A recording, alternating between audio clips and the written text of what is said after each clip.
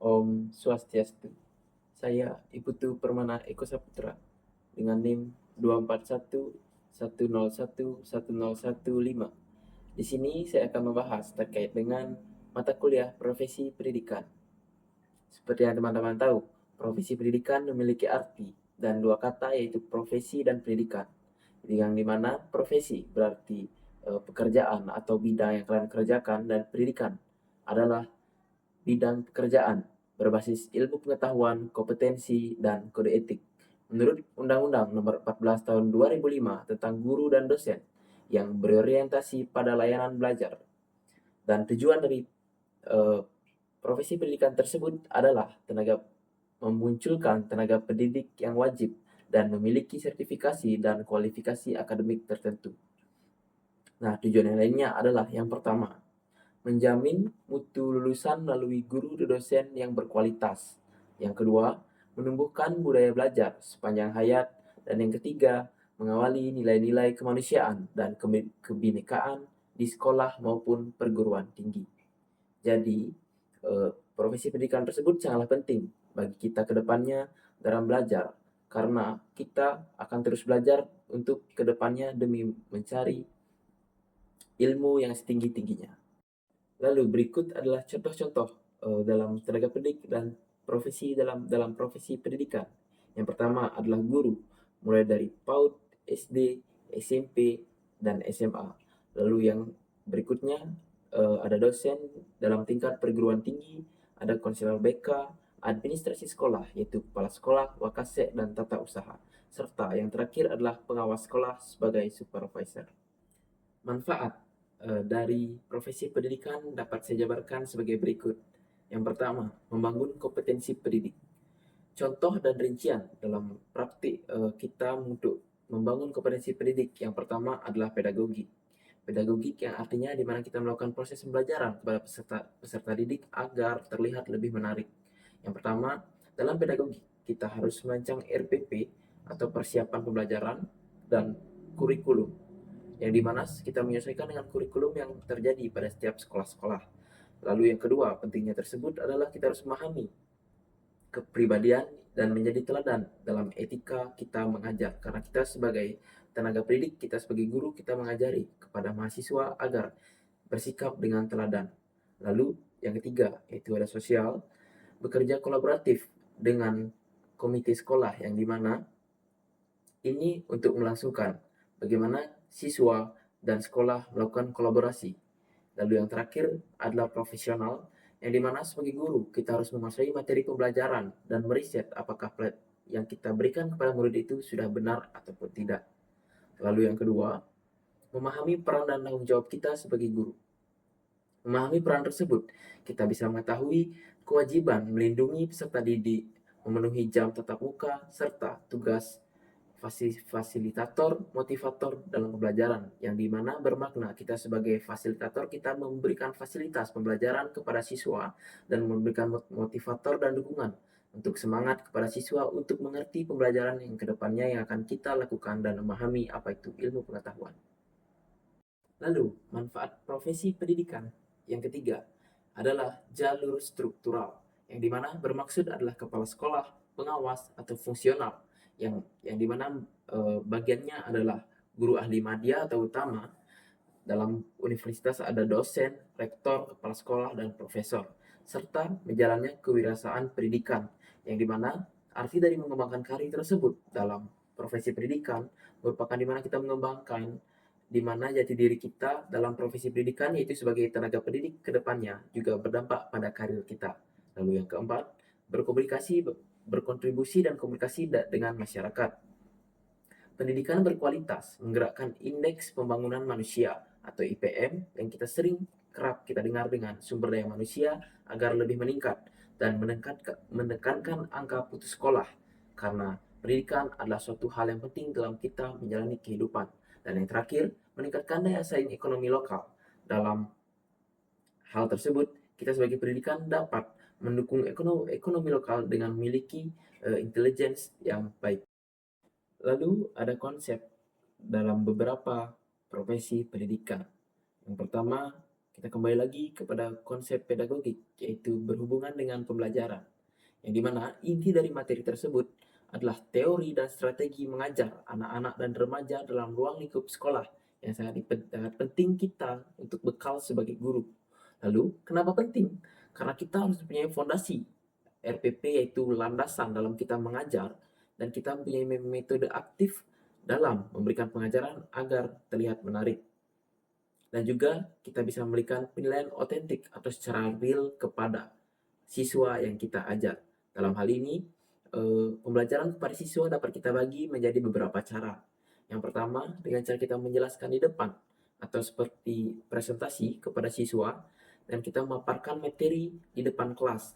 Di depan semuanya kita jelaskan materi agar siswa bisa menangkap apa yang kita jelaskan.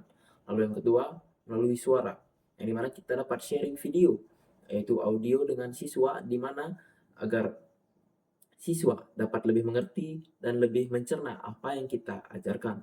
Lalu yang ketiga, kita bisa mengkolaborasikan, yaitu kita berdiri di depan sembari dengan mendengarkan video agar menjadi edukasi yang penting, agar mahasiswa maupun siswa dapat lebih mudah mengerti dalam pembelajaran yang kita lakukan.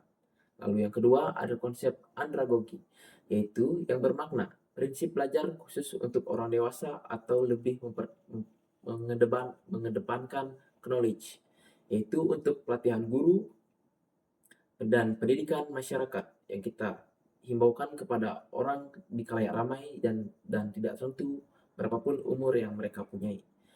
Lalu yang ketiga ada konsep manajemen pendidikan.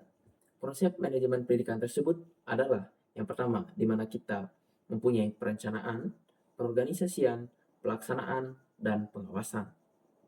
Kenapa penting? Karena dalam pendidikan kita harus mempunyai pertama perencanaan, yaitu menjamin sumber daya, yaitu kurikulum, SDM, sarpras efisien agar efektif. Lalu pengorganisasian, bagaimana kita membagi tugas sebagai guru dan tenaga pendidik dalam mengajari siswa. Lalu ada pelaksanaan, di mana kita melaksanakan apa yang tugas yang sudah diberikan kepada masing-masing tugas yang sudah dibagi. Lalu ada pengawasan dilakukan oleh pihak sekolah, yaitu tentunya ada pengawas di setiap sekolah untuk membuat evaluasi jika terjadi sesuatu yang di luar keinginan. Lalu yang terakhir ada evaluasi pendidikan, yaitu intinya pengukuran hasil dan proses belajar, di mana evaluasi kita dalam siswa kita bisa sebut dengan penilaian akhir semester atau ulangan akhir semester yang kerap disebut dengan UAS. Kenapa penting? Karena kita bisa melihat seberapa perkembangan siswa sebagai bahan remediasi, akuntabilitas, dan akreditasi dari setiap mahasiswa atau siswa yang kita ajari sebagai peserta didik.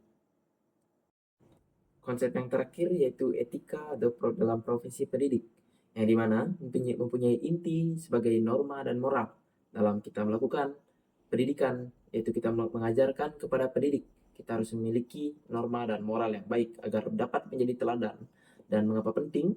Ini dapat dilakukan dan dapat mempunyai fungsi sebagai mencegah plagiarisme, kekerasan, dan diskriminasi, karena kita dicontoh oleh peserta didik untuk mengajarkan kepada semuanya apa itu etika dan tingkah laku.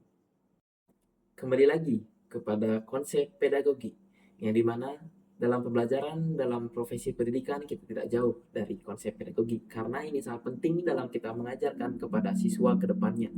Dalam pendidikan, pedagogi mempunyai beberapa definisi, yaitu sebagai ilmu mendesain, melaksanakan, mengevaluasi pengalaman belajar peserta didik agar tujuan kurikulum tercapai, yang dimana kita bisa memberikan penerapan dalam menyesuaikan gaya belajar mengikuti perkembangan zaman dalam belajar. Contohnya, dalam zaman modern seperti ini, kita tentu saja tidak bisa hanya menulis di papan tulis. Dalam mengajarkan, tentu saja kita harus mengkolaborasikan dengan seperti yang tadi saya jelaskan, dengan audio dan audio visual dan pemaparan materi agar menjadi seimbang. Dan tentu saja dalam modern ini kita juga bisa mengembangkan dalam beberapa bentuk PowerPoint agar lebih menarik dan lebih diingat oleh siswa. Lalu manfaatnya adalah meningkatkan engagement belajar, hasil belajar, dan kemandirian siswa dalam pembelajaran. Lalu berikutnya adalah tinjauan manajemen dalam pendidikan, yang dimana terbagi dalam beberapa komponen, Yang pertama, ada manajemen kurikulum. Yang kedua, ada manajemen sumber daya manusia. Dan yang ketiga, ada manajemen sarana dan prasarana. Lalu, penjelasannya. Yang pertama, manajemen kurikulum mempunyai arti menyusun visi misi dan program tahunan atau dalam semester dalam pembelajaran.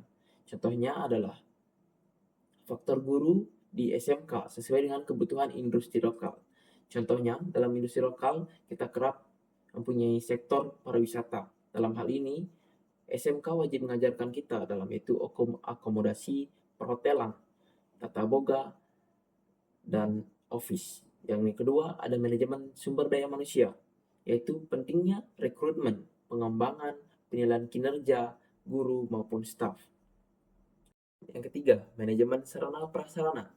Yang di sini sangat penting dalam mendukung kegiatan kita dalam belajar, karena tanpa sarana prasarana kita tidak bisa melakukan pembelajaran dengan baik.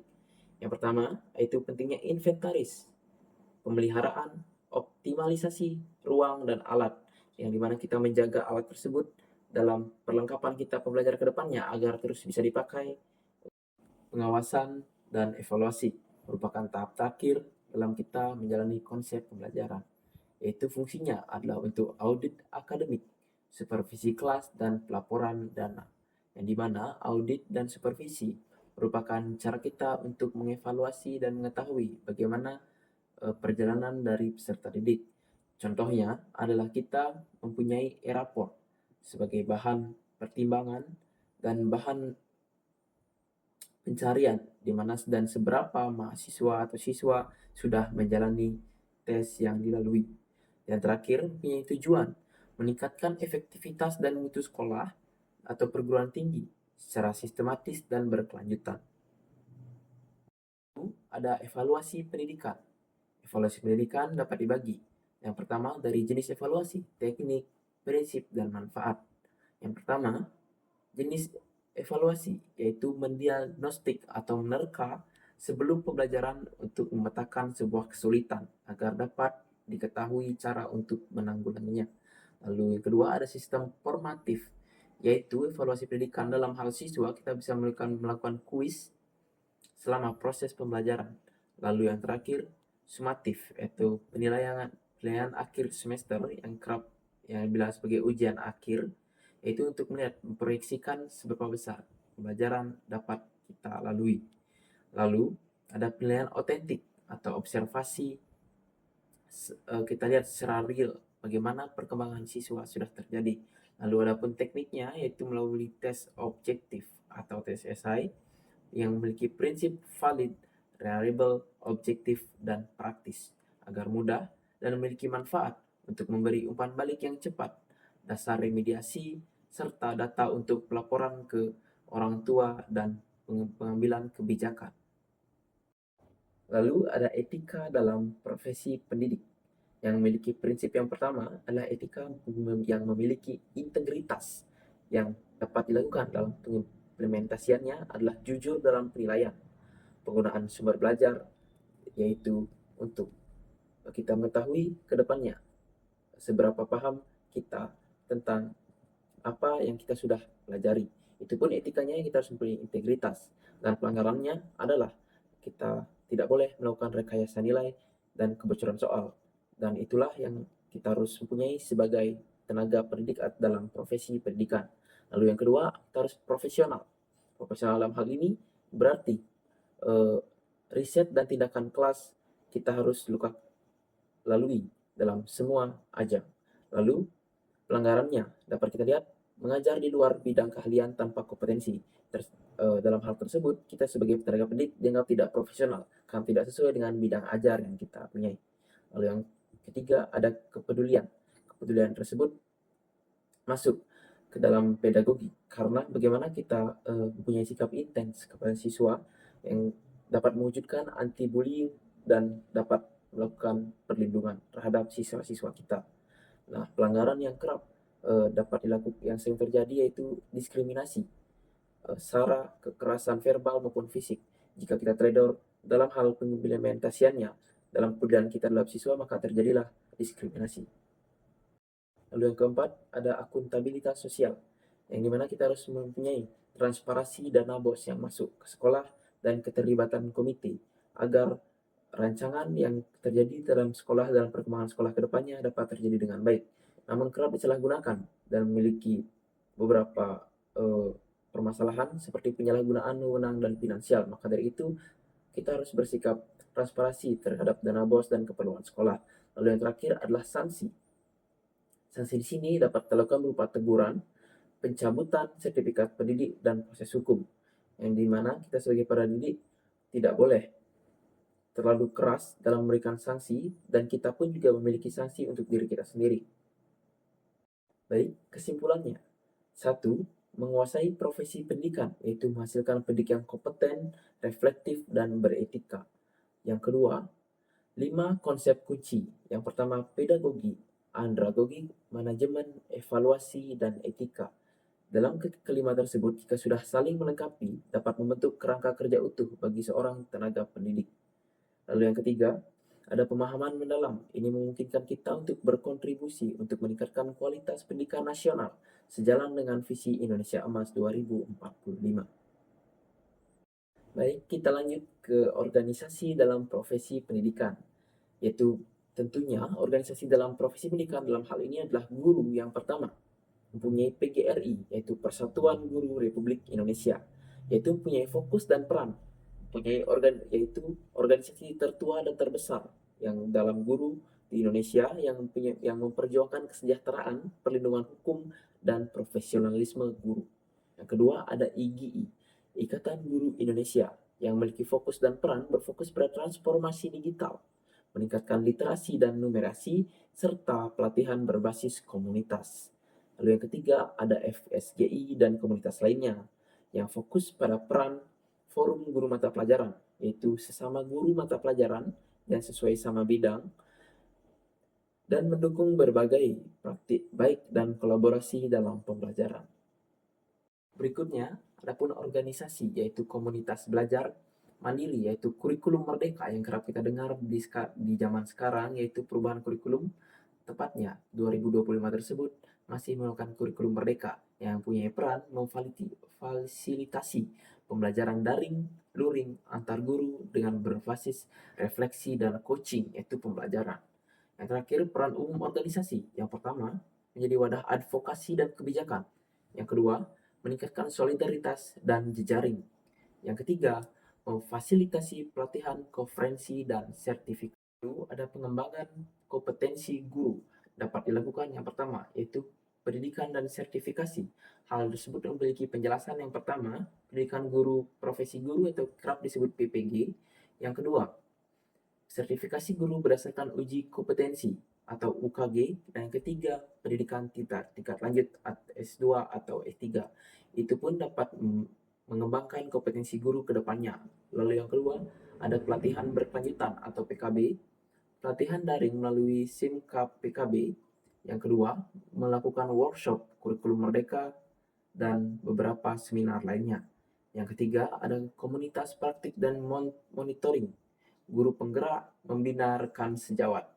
Yang kedua, pengembangan inovasi pembelajaran. Yang ketiga, ada peer review dan listen study.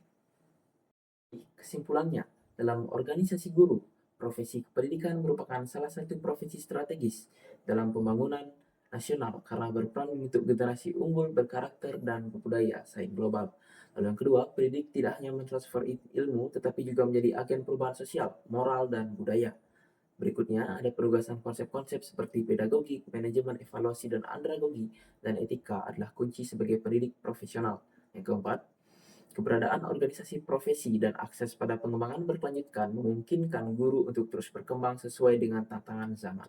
Baik, itu dia sedikit pemaparan terkait dengan profesi pendidikan dari saya, Iputu Permana Eko Saputra.